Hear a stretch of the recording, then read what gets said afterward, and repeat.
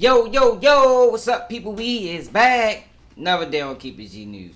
And then we're in Strongville, Ohio. Small town, to my interpretation. You talking about 45,000 people.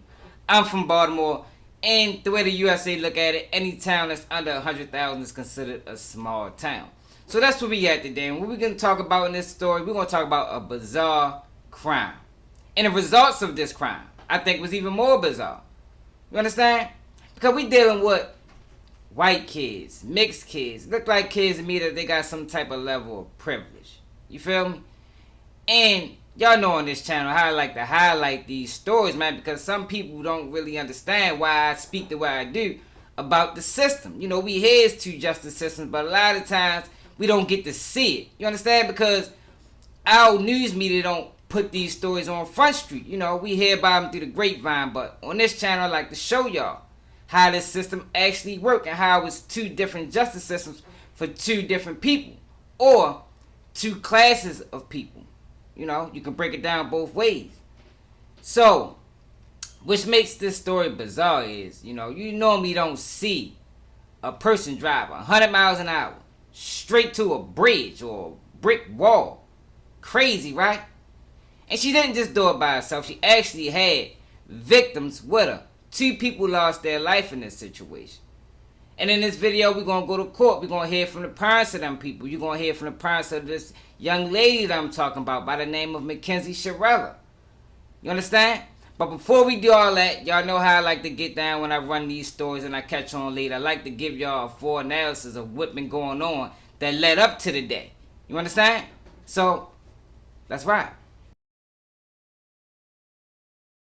Not even cool. I'm just one of those girls that can do a lot of drugs and not die. A Louisville teen is facing aggravated murder charges in connection with a car crash over the summer. Strongsville police say 18-year-old Mackenzie Shirilla is facing multiple charges in the death of 19-year-old David Flanagan and 20-year-old Dominic Russo. Flanagan and Russo were killed and Shirilla critically injured in a car crash back in late July. Judge said Shirilla, who was 17 at the time of the crash, had morphed from a responsible driver with 2 passengers into, quote, literal hell on wheels down an obscure route that she had just visited a few days before, pushing the pedal to the floor, demanding an ultimate speed of 100 miles per hour. Number 679612, Zoom from juvenile detention.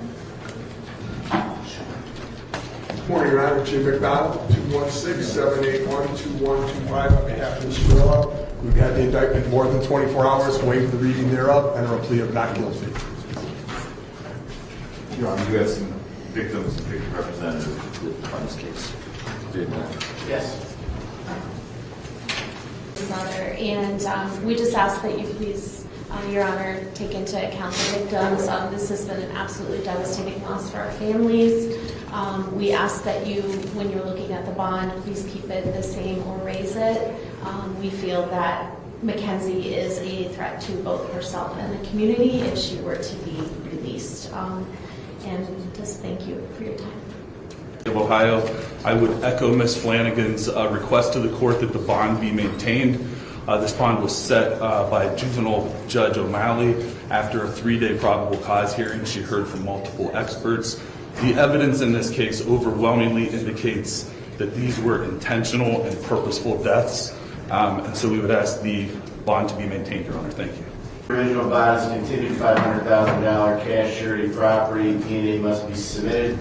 Also, no contact with victim's family. Miss, that means yourself, your friends, your family members may not have any contact with the alleged victim's family's member. Do you understand that? Yes? All right. All right. We'll know Mr. McDonald's been retained.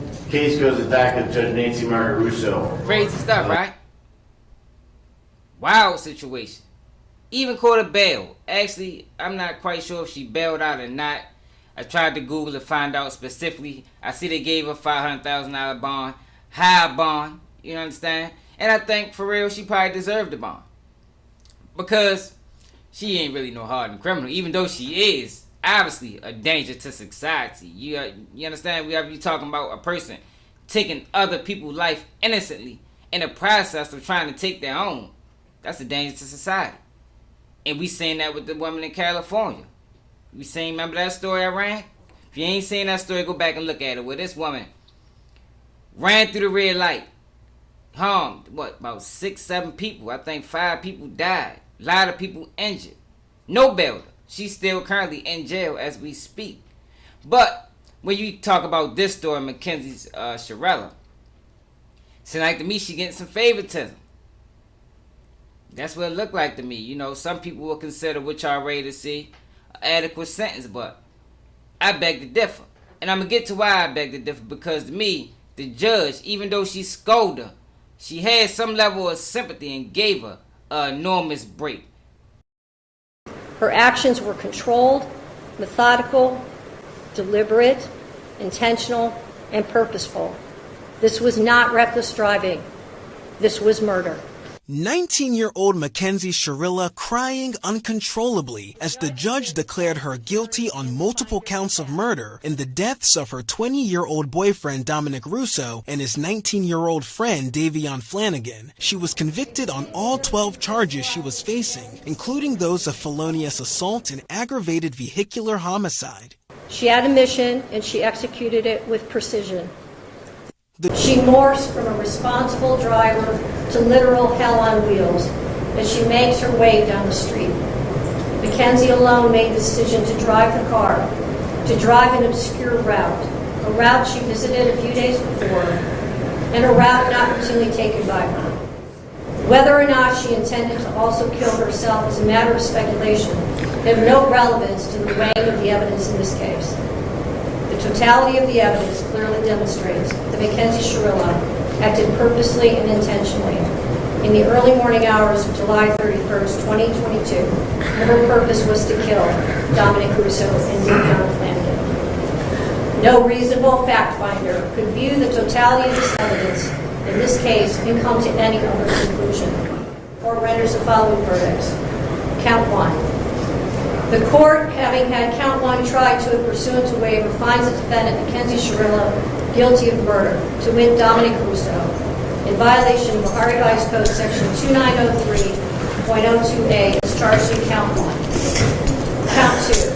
The court, having had count 2 tried to a pursuant to waiver, finds the defendant, Mackenzie Shirilla, guilty of murder, to wit Davion Flanagan, in violation of Ohio Revised Code Section 2903.02a is charged in count 2 of the indictment. Your Honor, my name is Jamie Flanagan. I am the mother of the victim, Davion Flanagan. My son, Davion, is and always will be so much more than cargo. He was precious. He was an amazing soul with a heart of gold. Davion was adopted with his sisters from foster care. They are biological siblings. We are honored to be chosen, or to have been chosen, to be their parents. Their forever family. I am devastated by the loss of Davion. The world lost a truly special man. My girls lost their best friend, their protector, the one and only trusted family that is. The passing of Davion Markel Flanagan has been very difficult for me.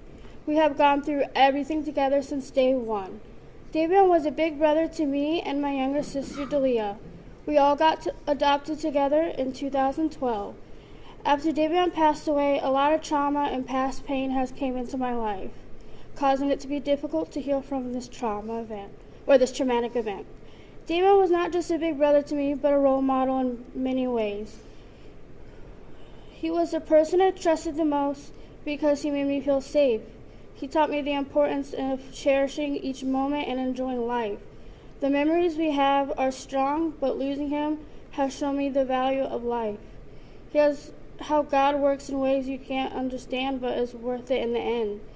I don't want this pain for anyone else. I don't want people to have to go through this. As an 18-year-old, I hate the fact that he has gone because someone decided to take his life.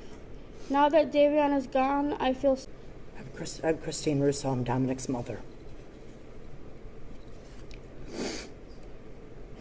No one wanted this to be a murder or to punish Mackenzie Shirilla for this accident. but this was not a car accident. The evidence and science proved that Mackenzie Shirilla murdered my son, Dominic, as well as Davion. There's no fix put in this case, as the Shirillas would like to proclaim. I want to thank Strongsville Police Department and the state of Ohio for seeking the truth behind this crash. Thanks to them, we all know what happened in that car that day. What we don't know is why. I wish I could change this every day. I lost 3 children in that crash. Not a minute goes by each day that I don't think about my son, as well as Davion. My heart is forever broken. The cries heard from the Shirilla family and friends after the verdict are nothing more than a lack of remorse. Mackenzie Shirilla had a choice. Dom and Davion did not. In the hospital, the police were provided additional videos of the defendant from her wheelchair as she attended a concert down in the flats. And again, Your Honor, I'm introducing these to the court to show the shocking lack of remorse. This was something that was being exhibited while the investigation was still going on, before she was charged and arrested in November of last year. And these were the sort of things that were coming to the police, and the shocking lack of remorse, coupled with the fact that the defendant was reported driving an automobile shortly after this event that she was seen in Strongsville. Charged, Mackenzie Shirilla celebrated Halloween with her friends at Ohio.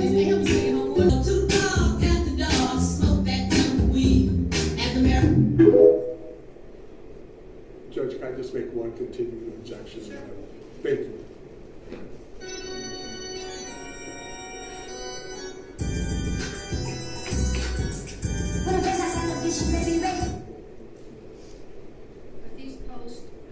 These are on Halloween of last year, so these would be post-crash, just before she was charged in November.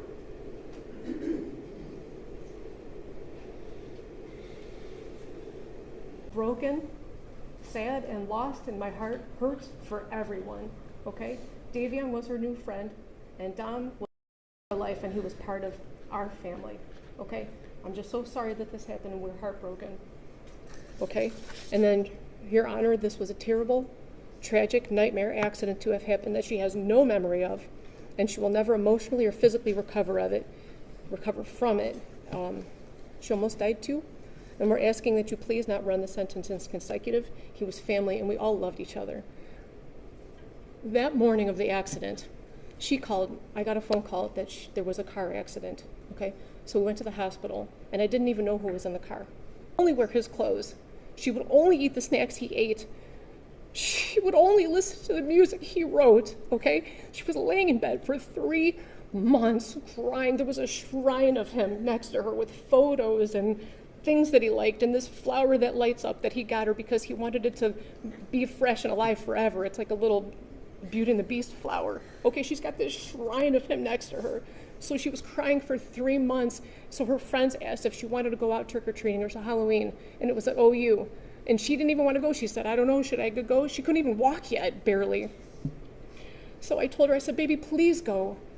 It's Halloween. You've been laying for 3 months crying, only listening to his music. Please go have just a moment of fun, a moment of fun. So we told her to go. My husband drove her. I brought her back home. She just needed a second of fun from losing her whole world, So that was us. Ways. And what do we see from their letters? We actually see where both of them say that she expressed remorse during the time. What the prosecutor played there was after the accident and way before she was ever incarcerated. They also both say that they have observed her grow as a person, that she's taken every single class possible, both culinary and college, that she's actually been a model inmate, the letters say, and that she has exhibited what they call the highest level of behavior. They grade people 1, 2, 3, 4. The better your behavior, the higher the number. She has always received the highest number. the families of Dom and Davion. I'm so deeply sorry. I hope one day you can see I would never let this happen or do it on purpose. I wish I could remember what happened. I'm just so sorry. I'm heartbroken. I love Dom and Davion. We were all friends and Dom was my soulmate. I wish I could take all your pain away. And I'm so sorry. And to my family, thank you for the support and all the love you guys give. Thank you for fighting with me. I love you all so much. I'm done. Thank you.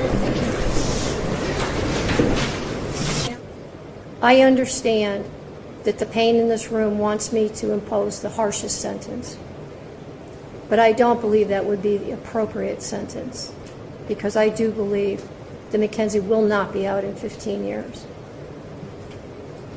So she's sentenced on count 2, the murder of Davion Flanagan, 15 years to life. She's sentenced on count 1, the murder of Dominic Russo, 15 years to life, to be served concurrent to each other with credit for time served. I'll waive fines, fees, and costs, and your appellate counsel will be assigned. Are there any questions from the state? No, Your Honor, thank you. Any questions? No, Your Honor. All right, thank you.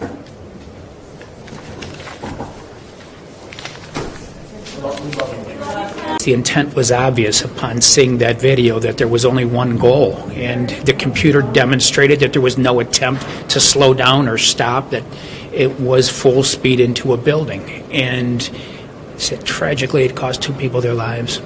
Prosecution says Shirilla crashed the car in July 2022 to end her toxic and tumultuous relationship with Russo, and that Flanagan was just backseat cargo. Flanagan's mother telling us today she agrees with that take. We are just thankful that we feel justice was served today. There's not a day that goes by that we don't miss our son, and justice was served for him today. But honestly, there's no winners here. There's no winners here today. So I want to send my condolences to the families of David Flanagan and Dominic Russo. 2 young men lost their life very early. Very early. Terrible situation. You heard from the families. Devastated. Still dealing with this today. And this crime happened a few years ago. Maybe 3 at this point. But you see what happened with the judge, man. The judge showed the favoritism. And some people might not consider that favoritism. So let me break this down for y'all. So she was sentenced to life in prison. But she is eligible for parole after 15 years. Now, the judge think that she's not going to get parole. But that's not up to the judge. You understand what I'm saying? The judge gave this young lady every opportunity to do right and come home in 15 years. Now, will she come home in 15? Maybe not, but she might be home in 20. And I'm here to say, you know how many black boys or black people in general will benefit greatly from a sentence like this? Sentence like this. Life. Or 15 years to life. And we don't be getting those type of breaks, man. I did a video when I talked about the thing that happened in California with the woman. I think her name was Nicole something. And I ran through these cases of how they treat vehicular homicides, but this ain't that. This was intentional. Mackenzie Shirilla intentionally ran into a brick wall trying to commit suicide and had evidence leading up to this that it was intentional. She wanted to kill her boyfriend. And the other kid, the mixed kid, was just collateral damage. And she still got a break from the system. So when people wonder why, when you got these cases like Y&W Melly or just any case where a black person crash out, and I be on YouTube like, man, nah, he don't deserve life. Give him 30 years. Give him 20 years. This is why, because I know there's 2 different justice systems. And what's supposed to be good for the goose is supposed to be good for the gander. But that's not how it normally works in the United States system. Like I say, I call it the barter system, y'all. It's about money. It's not no justice involved. This family didn't receive justice today. Or yesterday. This girl is in her 20s. If she was to do 15 years, she would come home with still a large percentage of her life. Mid to late 30s. Man, that's major, man. That's a break. And I get it. Like, I'm all for giving people another chance. You understand? But I'm for it equally. And that's just not how this system works. So that's why when you got situations like Mackenzie Shirilla, I gotta be hard on her because it's like, shorty, you got a deal of a lifetime. And she crying in court, trying to play victim. Even the mother. And I get it as a parent, trust me. But for the judge to show this level of compassion when it's two families that kids was murdered, that's wrong in my opinion. But this is how it works. And this is why I'm going to continue to highlight it. I'm going to always speak out about it. And I'm going to show y'all, like, yo, this is real. So when we got our people in these type of situations, we know how to handle it. We don't be calling for the max. Because I told y'all, and I'm going to continue to tell y'all until it catch on. As long as we call for the max and make the system easier, you know, to do their job, to give us the max. If they see there's no support, should they do what they're going to do what they do. They're going to railroad them. There's no community backing them. Now I'm sure there probably is outrage about this case in the white community. I promise you it is. But we not seeing it like it happens in our community. It's all over the news. It's all over the airwaves. It's all over the blog sites. But in this situation, it's been swept under the rug because what they did was dirty. That girl had 12 criminal charges, got found guilty on all of them, and got a break, in my opinion. But let me know how y'all feel about this in the comments. Do y'all think she got a break, or is this sentence adequate? You know, it was a vehicular homicide. She didn't murder him. I mean, she didn't shoot him. She didn't stab him. But she did run 100 miles an hour to a brick wall. And y'all see the damage that it was done. That scene was catastrophic. Look at the car, man. Let me know how y'all feel about this in the comments. Just keep it G News. Make sure y'all subscribe to the channel and I'm out.